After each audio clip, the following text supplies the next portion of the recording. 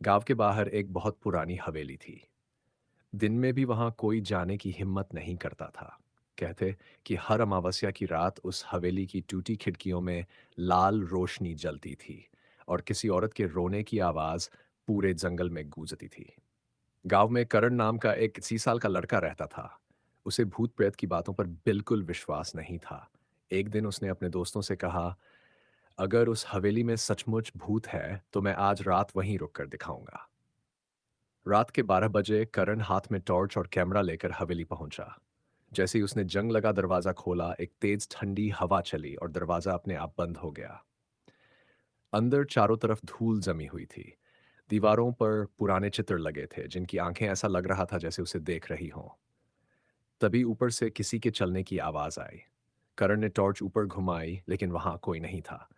वह सीढ़ियां चढ़कर दूसरी मंजिल पर पहुंचा। वहां एक लंबा गलियारा था।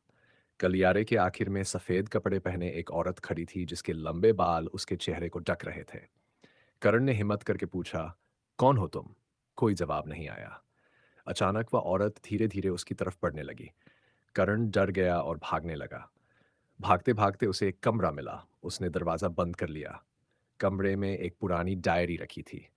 डायरी में लिखा था, जो भी इस हवेली में रात बिताएगा वह कभी अकेला वापस नहीं जाएगा। इतना पढ़ते ही कमरे की लाइट अपने आप जलने पे बुझने लगी।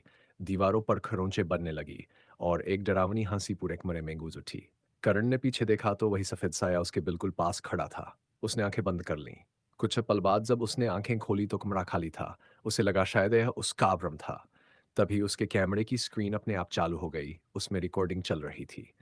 वीडियो में साफ दिखाई दे रहा था कि करण के पीछे एक काला साया लगातार चल रहा था, जबकि उसे असल में कुछ भी दिखाई नहीं दे रहा था।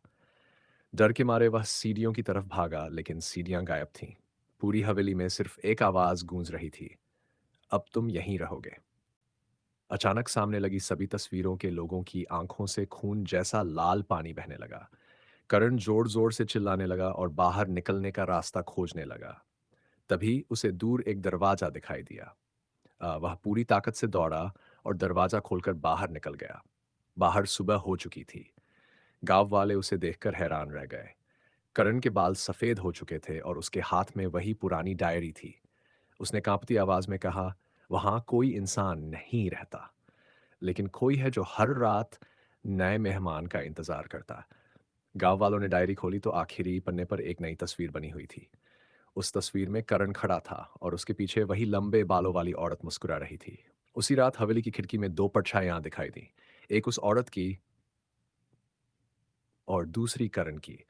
तब से गांव में आज भी लोग कहते हैं कि अगर अमावस्या की रात उस हवेली के पास कोई अपना नाम जोर से बोल दे तो अंधेरे से एक आवाज आती है, अंदर आओ, हम तुम्हारा इंतजार कर रहे हैं।